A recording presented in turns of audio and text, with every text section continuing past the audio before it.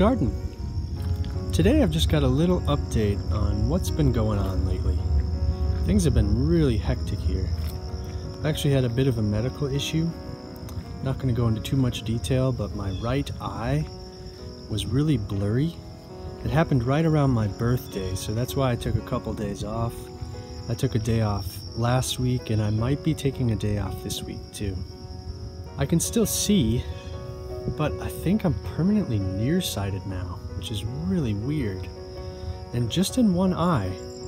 So because my eyes are out of sync, everything looks weird. But I am on medication, and it might be helping. I don't know. I've been in and out of the urgent care and the ophthalmologist. I've still got another appointment for this week. And there's been a lot of other stuff going on. We've got carpet installed, so I've been disassembling and reassembling a whole bunch of furniture and moving things around and just dealing with all of that. But the garden is doing really well. Our carrots are flowering. The seeds are actually like little burrs. They stick to your clothes, which is kind of funny. And then right next to that, we've got a tomato plant. Just past that, I've got some peppers growing over here. And in this container with these peppers, which are producing flowers, which is nice, I have a sunflower. And this is actually the largest one.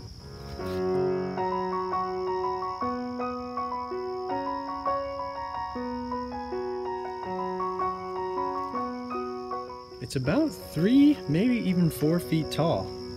So that's going to be a beauty. So that'll be fun to watch. Then down here we've got some cone flowers. Now these ones with the ruffled leaves are daisy. These are oxeye daisy, just collected from seeds. And then these are gray-headed coneflower. Beautiful, beautiful flowers. They're kind of like brown-eyed Susan, but they have really long cones. The cones are a few inches long, which is really cool. Then the broccoli that I let flower is looking really nice. Now, this is a great vegetable to grow just for the flowers. I've seen bees on these and even hummingbirds, which is really cool. Hummingbirds also really like our wildflower mix. So these are the ones growing in basically nothing but dried leaves. These red flax just opened up this morning, and they are stunning.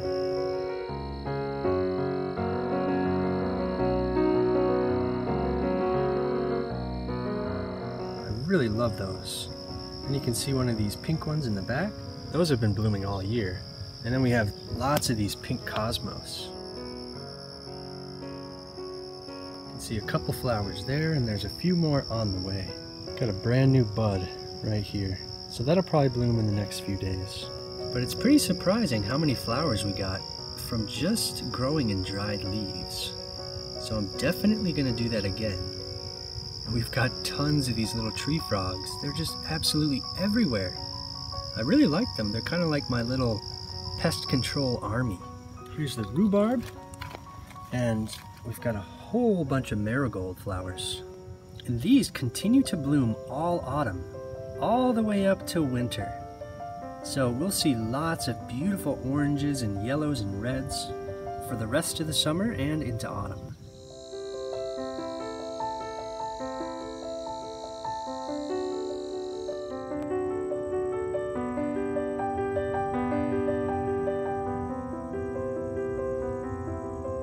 The parsley just past those is actually setting down seed, so I'll be collecting those pretty soon. I want to let them dry a little bit more, but those look beautiful. I just love to snack on parsley. That's something that I eat almost every time I'm out in the garden. Parsley and chives, because we just have so many of them, I can eat as many as I want. Over here we've got our peppers that are kind of caged up. Now, this one never came back. If we look down into the cage, that's actually lettuce. The pepper is right down here. So very small, very stunted, never really recovered. But this one recovered very well. These were eaten back to bare stems, so they had no leaves whatsoever. And then there's another pepper back here that's kind of just protected by that fence too, although it's not enclosed. So that's really cool. And our wild rose has been flowering all summer, which was actually really surprising because this entire plant died back. We had a really strange winter with thaws and refreezes and thaws, and that's really hard on a lot of these plants.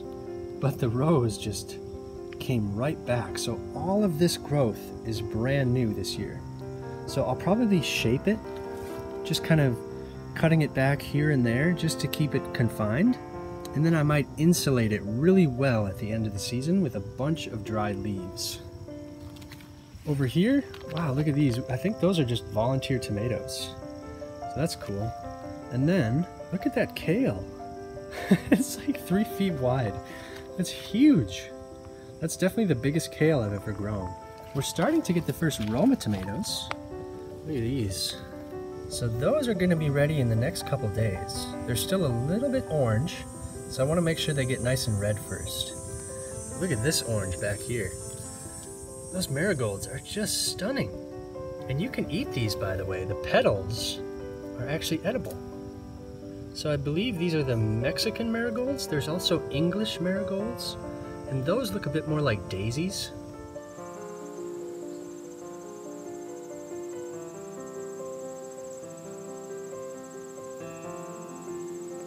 But they have a really subtle flavor, so you can top these on a salad. Just pull apart the individual petals. You don't want to be eating the leaves. And from what I've read, some people actually feed these to their chickens. Apparently some of that color makes it into the egg yolks. We've also got oregano flowers right now. These smell incredible, and they really bring in the bees and the wasps.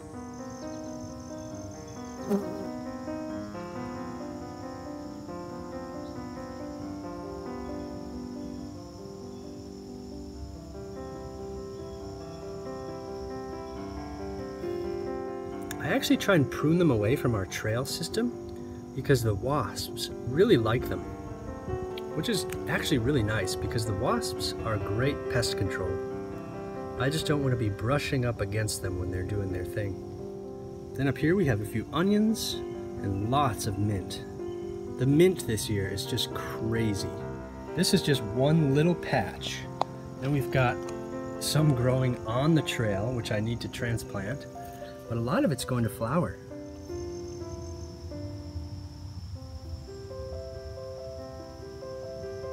Just like basil, they have these big spires of flowers with these rings. The flower petals are a little bit smaller than basil, and they're a little more compact. You can see tons of little flowers there. And I believe that this is spearmint.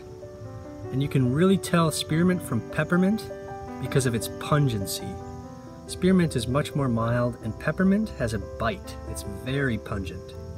But I'll have a specific video on that later, so I hope you stay tuned for that one. Now these containers used to be lettuce, so I'm going to replant those. This one's actually buried so well you can hardly see it. Ooh, and look at this little guy. Because of our proximity to the pond, we have just loads of dragonflies in the garden. Every single year we have just dozens of varieties. I just saw a little damselfly over here on our sage. Beautiful colors on that one. So that's just hanging out on our sage.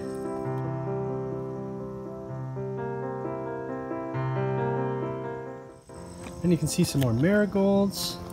I've been kind of letting this part just grow wild a bit, so I probably should pull some of these weeds. But look at all of this mint. This is just crazy. It's gone nuts this year. This was just a few little plants last year, so it spreads like a weed. Then we've got some more herbs, and now is a great time to start planting new seeds. I will have a specific video on these containers, but I just harvested all my black beans. But I've replaced these with spinach and peas and other cool weather crops. You can see the peas just starting to sprout back here. Today I've actually got some harvesting to do. Look at these cherry tomatoes. These are just beautiful. That is gorgeous. We've actually gotten a lot of rain lately. So this one is starting to split. So I want to harvest these before they split open too much. It's been raining almost every day for the past few weeks. So that's another reason why I haven't really been out filming too much. And the beans, oh my gosh, the beans. I can hardly keep up on the harvests. We've got new flowers everywhere. We've got tons of beans to harvest. So I'll probably come through here at lunch and do a big batch. But they're just everywhere. And past our beans, we have all these magnificent morning glories. I just love these flowers. They completely take over this entire portion of the garden, and I just love it.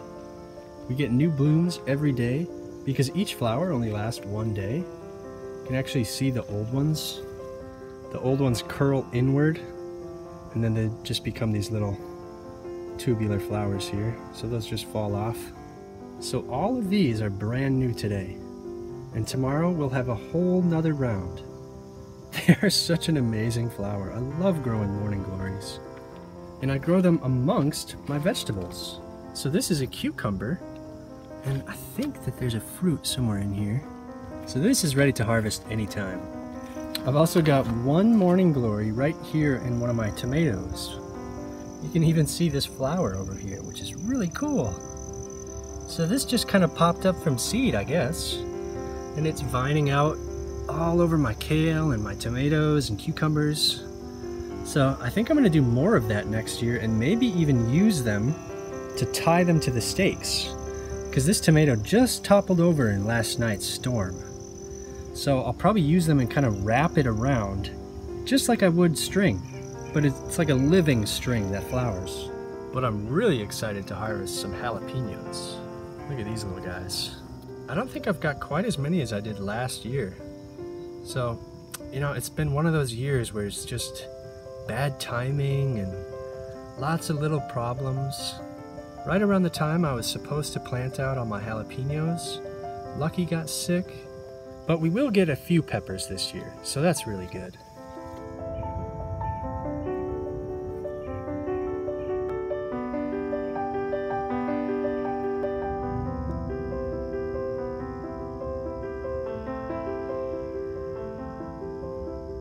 But our mega cucumbers down here, look at the size of this thing. It's just a behemoth. It's like a pumpkin. It's huge. You can really see it starting to yellow too. So that'll produce seeds for us. All sorts of good veggies. And look, we've got new cucumber flowers too. So we're still gonna get new cucumbers, which is great. And even though I'm kind of sick of them right now, we can do another batch of pickles. And I'm still incorporating them into my sandwiches and things. So I really do love cucumbers. I just have more than I can eat, which is a great problem to have. The other day when I sifted my compost, it all got watered in really well, and it kind of makes a compost tea just naturally. So we had really great timing with that compost episode. And look at all of this compost. I got an entire wheelbarrow full of it. It's so awesome. So I'll have plenty for the autumn garden, and I might even save some for spring depending on how much we use this year. And if you want to see a really simple way to make compost tea, you can check out this video right over here. I've got some red clover down here, and these you can actually eat too. You can snack on these little flowers. And to me they kind of remind me of carrots. They kind of have that semi-sweetness.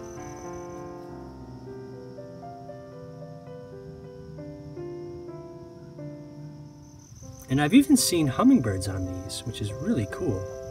I do like to grow wildflowers amongst my vegetables.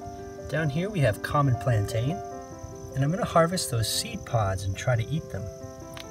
I've also got heel-all down here, or self-heal as it's also known. And this we can actually eat the leaves, kind of like spinach. You can also dry them and make them into a tea.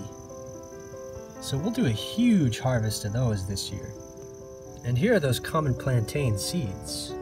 So those I'm gonna maybe toast and just kind of use them like a grain. So that'll be fun. I also have fleabane here in the garden. So that's a nice little wildflower and just adds a little bit of color, and they're really tall, so it's a great height. And look at this little guy, so cute. Hey, little buddy. These guys are just everywhere. They do such a great job of clearing pests.